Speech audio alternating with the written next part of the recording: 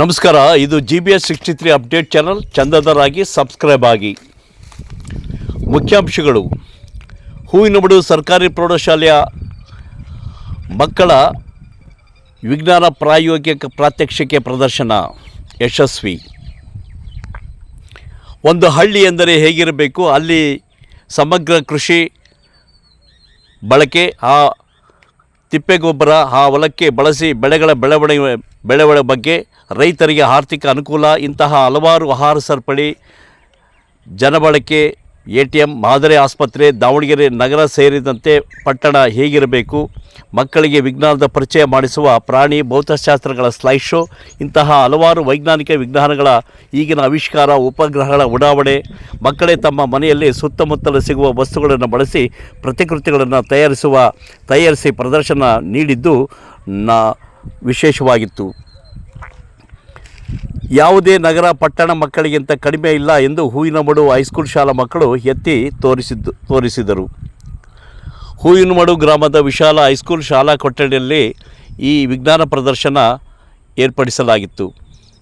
ಮಕ್ಕಳು ತಮ್ಮ ಪಠ್ಯದಲ್ಲಿ ಸಂಬಂಧಪಟ್ಟ ಮತ್ತು ಈಗಿನ ಪರಿಸ್ಥಿತಿಯಲ್ಲಿ ಜನಸಾಮಾನ್ಯರಿಗೆ ವಿಜ್ಞಾನದ ಅರಿವು ಮೂಡಿಸುವ, ಮುಂದಿನ ವಿಜ್ಞಾನಿಗಳಾಗಿ ಈ ದೇಶ ಕಟ್ಟುತ್ತೇವೆ ಎಂದು ಮನದಟ್ಟು ಮಾಡಿದ್ದು ಈ ವಿಜ್ಞಾನ ಪ್ರಯೋಗದ ಪ್ರದರ್ಶನ ಪ್ಲಸ್ ಪಾಯಿಂಟ್ ಆಗಿತ್ತು.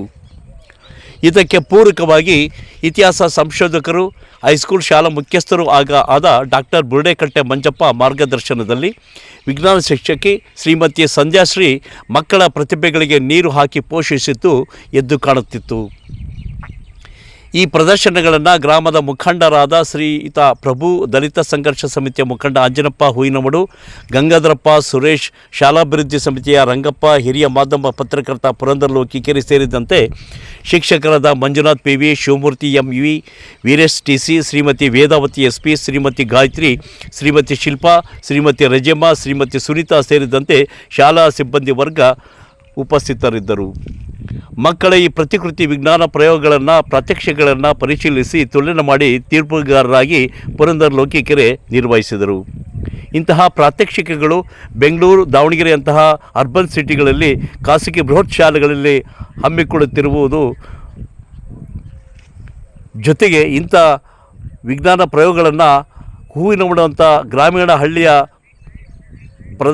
ಮಕ್ಕಳು ಪ್ರತಿಭೆಯನ್ನು ಹೊರತೆಗೆಯುವ ಪ್ರಯತ್ನ ಈ ಶಾಲೆಯ ಶಿಕ್ಷಕ ಮುಖ್ಯಸ್ಥರ ಕಾರ್ಯ ಶ್ಲಾಘನೀಯ ಎನ್ನಬಹುದು. ಸ್ಥಳೀಯ ಯುಕೋ ಕ್ಲಬ್ ಇದಕ್ಕೆ ಸಹಕಾರ ನೀಡಿದ್ದು ವಿಶೇಷವಾಗಿತ್ತು. ನಮಸ್ಕಾರ. ವರದಿ ಪುರಂದರ ಲೋಕಿಕೆರೆ, ಸಂಕಲನ ಸಂಪಾದನೆ GB ಹಾವೇರಿ. ಇದು GBS 63 ಅಪ್ಡೇಟ್ ಚಾನಲ್. ಚಂದಾದಾರರಾಗಿ ಸಬ್ಸ್ಕ್ರೈಬ್ ಆಗಿ. ನಮಸ್ಕಾರ. ಕುರಿ ಇದ್ದು ತಾನೆ, ಆಕಳ ಇದ್ದು ತಾನೆ, ಎಮ್ಮೆ ಇದ್ದು ತಾನೆ. ಸೊ ಅವನ್ನೆಲ್ಲ ನಾವು ಹೊಲಕ್ಕೆ ಹಾಕ್ತಾ ಇದ್ವಿ. ಕರೆಕ್ಟಾ? ಅದರಿಂದ ಮತ್ತೆ ನಾವು ಆರ್ಥಿಕವಾಗಿ ನೋಡಿ, 2 ಎಮ್ಮೆ ಅಥವಾ 1 ಹಸು ಕಟ್ತಾ ಇದ್ರೆ ನಾವು ಆರ್ಥಿಕವಾಗಿ ಒಂದು ಫ್ಯಾಮಿಲಿ ನಾವು ಮೇಂಟೈನ್ ಮಾಡ್ಬೋದು ಅಲ್ವಾ? 1 ಹಾಕಿಂದ ಇಡೀ ನಮ್ಮ ಕುಟುಂಬ ನಡೆಯುತ್ತೆ. ಆದ್ರಿಂದ ತಿಪ್ಪೆ ಗೊಬ್ಬರ ನಾವು ಹೊಲಕ್ಕೆ ಹಾಕೋದ್ರಿಂದ ಕನಿಷ್ಠ 1 ಎಕರೆಗೆ ಕನಿಷ್ಠ 15-20 ಸಾವಿರ ರೂಪಾಯಿ ಏನೋ ಉಳಿತಾಯ ಮಾಡ್ತೀವಿ. ಅದರಿಂದ ಬಟ್ಟೆ, ಕೋಳಿ, ಬಾತುಕೋಳಿ ಇವನ್ನೆಲ್ಲ ಸಾಕೋದ್ರಿಂದ ಅವನ್ನ ಮಾರಾಟ ಮಾಡಿ ಕೂಡ ನಾವು ಆರ್ಥಿಕವಾಗಿ ಕುಟುಂಬಕ್ಕೆ ವೆಚ್ಚ ಮಾಡ್ತೀವಿ. ಸೊ ಅಲ್ವಾ, ಇದು ಸಿಸ್ಟಮ್ ಇದೆ.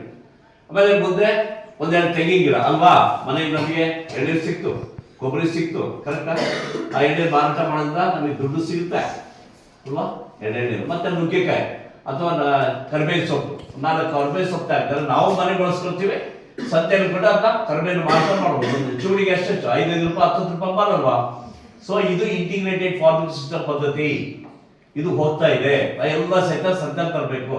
ಎಲ್ಲ ಸಹಿತ ನಾವು ಹಳ್ಳಿಗಳು ಡೈರಿ ಹೋಗ್ಬಿಟ್ಟು ನಾವೇ 10 ರೂಪಾಯಿ 15 ರೂಪಾಯಿ 10 ರೂಪಾಯಿ ಹಾಲು ತಗೊಳ್ಬೇಕಂತ ಸ್ಥಿತಿ ಬಂದಿದೆ. ಕರೆಕ್ಟಾ? ಕಲ್ತಾರೆ.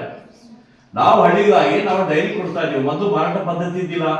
ಈಗ ನಾವು ಹಾಲಿನ ಡೈರಿಗೆ ಹೋಗ್ಬಿಟ್ಟು ನಮ್ಮ ಹಳ್ಳಿಯರು ಹೋಗಿ 1 5 ರೂಪಾಯಿ ದೋಷಿಪ ಹಾಲು, 10 ರೂಪಾಯಿ ದೋಷಿಪ ಹಾಲು ಅಂತ ಮಕ್ಕಳ ತಗೊಳ್ತೀವಿ ಅಲ್ವಾ? ಎಲ್ಲ ಎಮ್ಮೆಲ್ಲ ಮಾರಾಟ ಮಾಡಿದ್ವಿ, ಆಕಳು ಮಾರಾಟ ಮಾಡಿದ್ವಿ. ಎಬ್ಬರು 10 ರೂಪಾಯಿ ತೊಂದರೆ ಆಯ್ತು. ಒಂದು ಮೊಸರು ಇತ್ತು, ಮಜ್ಜಿಗೆ ಕಳ್ಕೊಳ್ತಾ ಇದ್ವಿ, ತುಪ್ಪ ತಿಂತಾ ಇದ್ವಿ, ಬೆಣ್ಣೆ ಬೆಳೀತಾ ಇತ್ತು. ಬೆಣ್ಣೆ ನಾವು ಹೆಚ್ಚಿತ್ತು ಅಂತ ಮಾರಾಟ ಮಾಡ್ಕೊಳ್ತಾ ಇದ್ವಿ. ಕರೆಕ್ಟಾ? ಸೊ ಇದು ನೋಡಿ, ಒಂದು ಇಂಟಿಗ್ರೇಟೆಡ್ ಫಾಸ್ಟ್ ಸಿಸ್ಟಮ್ ಇದು ಬಂದಿದೆ ಅಲ್ವಾ? ನೀನು ಹಳ್ಳಿ ಮಾಡಲ್ ಅಂತ ಕರೀರಿ. ಅದು ಹಳ್ಳಿ ಮಾಡಲ್ ವಿಷಯ ಭಿನ್ನವಾಗಿ ಇದು ಸಮಗ್ರ ಕೃಷಿ ಪದ್ಧತಿಯ ಮಾಡಲ್. ಇದು ರೈತನ ಸಮಗ್ರ ಕೃಷಿ ಪದ್ಧತಿ ಎಲ್ಲ ಹಳ್ಳಿ ರೀತಿ ಮಾಡೋದ್ರಿಂದ ಏನಾಗುತ್ತೆ, ಆ ಕುಟುಂಬದ ರೈತರ ಕುಟುಂಬ ಕೂಡ ಆರ್ಥಿಕ ಅಭಿವೃದ್ಧಿ ಆಗುತ್ತೆ, ಮತ್ತೆ ಏನೋ ಸಾಮಾಜಿಕವಾಗಿ ಅರಿವಾಗುತ್ತೆ, ಪರಿಸರದ ಕಡೆ ಸಮತೋಲನ ಮಾಡುತ್ತೆ, ಪರಿಸರ ಕೂಡ ಕಾಪಾಡ್ಕೊಳ್ಳುತ್ತೆ. ವಿಷಯುಕ್ತ ಆಗೋದಿಲ್ಲ. ನಾವು ಎಲ್ಲ ವಸ್ತು ಹೊಡಿತೀವಿ, ರಾಸಾಯನಿಕ ಗೊಬ್ಬರ ಹಾಕ್ತೀವಿ, ವಿಷಯುಕ್ತ.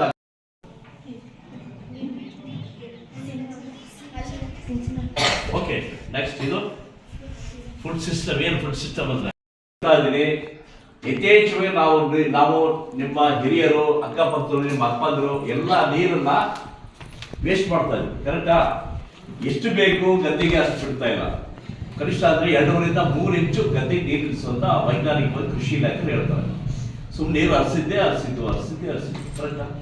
ಎಷ್ಟು ಕುಡಿಬೇಕೋ ಅದು ಬೇರುಗಳು ಅಷ್ಟು ಮಾತ್ರ ತುಂತುರು ಬೇರುಗಳು ಮಾತ್ರ ಟ್ಯಾಪ್ ಅಂತ. ಹೌದಾ? ಆಮೇಲೆ ಡ್ರಿಪ್ ಸಿಸ್ಟಮ್, ಈ ತರ ಡ್ರಿಪ್ ಸಿಸ್ಟಮ್ ಹಾಕಿದ್ರಿಂದ ಏನಾಗುತ್ತೆ, ನೀರು ಪೋಲಾಗಲ್ಲ. ಆ ಗಿಡಕ್ಕೆ ಎಷ್ಟು ಬೇಕೋ ಅಷ್ಟು ಮಾತ್ರ ಅದು ಅಲ್ಲಿಗೆ ಮಾಡ್ತಾ ತಗೊಳುತ್ತೆ. ಕರೆಕ್ಟಾ? ನೀರು ಚಾಲನೆ ನೀರು ಕಟ್ಟಿ ಬಿಟ್ಬಿಟ್ಟಾದ್ರೆ ಏನಾಗುತ್ತೆ, ಸುಮ್ಮನೆ ಪೋಲಾಗ ನೀರು ಅಲ್ಲಿ ಎಲ್ಲಿ ಬೇಕು ಅಲ್ಲಿ ಹೋಗೋದಿಲ್ಲ, ಎಲ್ಲಿ ಬೇಕು ಅಲ್ಲಿ ಹಾಕ್ಬಿಟ್ಟು ಆ ಕಡೆ ಚರಂಡಿಗೆ ಕಾಲೇ ಹೋಗ್ಬಿಟ್ಟು ವೇಸ್ಟ್ ಆಗುತ್ತೆ. ಆ ಒಂದು ಇದರಿಂದ ಕನಿಷ್ಠ 10 ರೈತರು ಬಳಸ್ಕೊಳ್ಳೋಂಥ ನೀರನ್ನ ಕೆಲವು 1-3 ತೋಟದವರು ವೇಸ್ಟ್ ಮಾಡ್ತಾರೆ. ಕರೆಕ್ಟಾ? ಸೊ ಈ ರೀತಿ ಇರೋದ್ರ ಪರ್ಟಿಕ್ಯುಲರ್ ಇನ್ನು ನಿಮಗೆ ಇಸ್ರೇಲ್ ಟೆಕ್ನಾಲಜಿ ಗೊತ್ತಿದೆ. ನಮ್ಮ ಪದ್ಧತಿನೇ ಅವ್ರು ಏನ್ ಮಾಡ್ತಾರೆ, ಇಂಕ್ಲೂಡ್ ಮಾಡ್ಬಿಟ್ಟು ಒಂದು ಗಿಡ ಅಥವಾ ಟೊಮೆಟೊ ಗಿಡ ಅಂತ ಹೇಳಿ ಅವ್ರು ರಿಸರ್ಚ್ ಮಾಡ್ತಾರೆ. ಒಂದು ಟೊಮೆಟೊ ಗಿಡ ಎಷ್ಟು ನೀರು ಕುಡಿಯುತ್ತೆ ಅಂತ ಕ್ಯಾಲ್ಕುಲೇಟ್ ಮಾಡ್ತಾರೆ. ಅಥವಾ ಒಂದು ಕಲ್ಲಂಗಡಿ ಗಿಡ ಎಷ್ಟು ನೀರು ಕುಡಿಯುತ್ತೆ, ಎಷ್ಟು ಬೇಕು ನೀರು, ಅದಕ್ಕೆ 25 ಬೇಕು, 30 ಲೀಟರ್ ಬೇಕು, 200 ಲೀಟರ್ ಬೇಕು ಅಂತೇಳಿ ಕ್ಯಾಲ್ಕುಲೇಟ್ ಮಾಡೋದು ಬಿಲ್ಟ್ ರೀಡಿಂಗ್ ಹಾಕಿರ್ತಾರೆ. ಎಲ್ಲಿ ಇಸ್ರೇಲ್ ಟೆಕ್ನಾಲಜಿ. ಅದು ಎಷ್ಟು ಬೇಕೋ ಅಷ್ಟು ಮಾತ್ರ ನೀರು ತಗೊಂಡು ಅದು ಟಕ್ ಕಟ್ ಆಗುತ್ತೆ. ಆಟೋಮೆಟಿಕ್ ಮೀಟರ್ ಇದಾಗಿರ್ತದೆ, ಆಟೋಮೆಟಿಕಲಿ ಸೆನ್ಸರ್ ಇಂದ ಕಟ್ ಆಗುತ್ತೆ. ಅಷ್ಟು ಮಾತ್ರ ನೀರು ಸಬ್ಸ್ಟೆಂಟ್. ಉಳಿದ ನೀರನ್ನು ಅವರು ಬೇರೆ ಬೆಳೆಗಳಿಗೆ ಬೆಳೀತಾರೆ. ನೋಡಿ ಅಲ್ವಾ, ಅಷ್ಟು ಟೆಕ್ನಾಲಜಿ ಅಲ್ಲಿ ಅವ್ರು ಬಳಸ್ಕೊಳ್ತಾರೆ. ಅಂತ ಒಂದು ವೈಜ್ಞಾನಿಕ ಪದ್ಧತಿನ ನಾವು ಕೂಡ ಈ ಡ್ರಿಪ್ ಸಿಸ್ಟಮ್ ಅಳವಡಿಸ್ಕೊಂಡಿದ್ವಿ. ಈಗ ನಾವು ಅದಕ್ಕೆ ಅಡಿಕೆಗೆ ಆಗ್ತಿರ್ತಾನೆ, ಮತ್ತೇನು ಆಗ್ತಿದ್ವಿ. ನನ್ನ ಹೆಸರು ಸುಮಾ ಹೆಚ್ಚು, 9ನೇ ತರಗತಿಯಲ್ಲಿ ಓದುತ್ತಿದ್ದೇನೆ, ಸರ್ಕಾರಿ ಪ್ರೌಢಶಾಲೆ ಉಳಿದನೂರು. ನಾನು ತಯಾರಿಸಿರುವ ಮಾದರಿ ಸ್ಮಾರ್ಟ್ ಸಿಟಿ ಕಮ್ಮಿ ಮಾಡ್ಬೇಕು. ಹಂಗಾದ್ರೆ ಕಾಯಿಲೆಗಳು ನೆಕ್ಸ್ಟ್ ಹೇಳಪ್ಪ. ನಿನ್ನ ಹೆಸರು ಹೇಳು.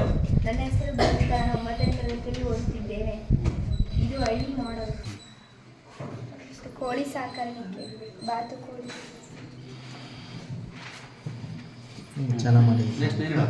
ನನ್ನ ಹೆಸರು ಪವಿತ್ರ, 9ನೇ ತರಗತಿಯಲ್ಲಿ ಓದುತ್ತಿದ್ದೇನೆ, ಸರ್ಕಾರಿ ಪ್ರೌಢಶಾಲೆ ಹೂವಿನಮಡು.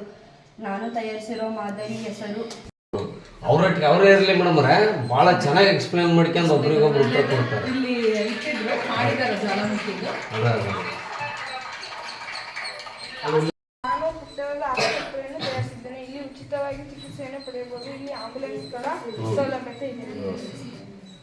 ನಾನು ಮಾಡಿರುವ ಮಾಡಲ್ ನೀರಿನ ಸಮತೋಲನತೆ ಕಾಪಾಡಿಕೊಳ್ಳುವುದು. ನನ್ನ ಹೆಸರು ಸಾಗರ್, ನಾನು 8ನೇ ತರಗತಿ ಓದುತ್ತಿದ್ದೇನೆ. ನಾನು ಮಾಡಿರೋ ಮಾಡಲ್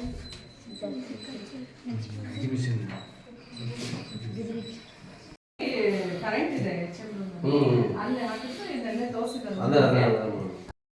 ತರ ಅದ್ರಲ್ಲಿ ನಾವು ಬಾತುಕೋಳಿ ಅಥವಾ ಇನ್ಯಾವುದಾದ್ರು ಒಂದು ಮೀನುಗಳು ಎಲ್ಲವನ್ನ ಹಾಕಿ ನಾವು ಏನ್ ಮಾಡ್ಬೋದು, ಈ ಮನೆಯ ಸೌಂದರ್ಯವನ್ನ ಹೆಚ್ಚಿಸ್ಬೋದು. ಅದೇ ರೀತಿ ಒಂದು ಕಾರಲ್ಲೂ ಕೂಡ ನಾವು ಏನ್ ಮಾಡಿದ್ವಿ, ಪಾರ್ಕಿಂಗ್ ವ್ಯವಸ್ಥೆಯನ್ನು ಕೂಡ ಕೊಟ್ಟಿದ್ದೀವಿ ಅದರಲ್ಲೇನೆ.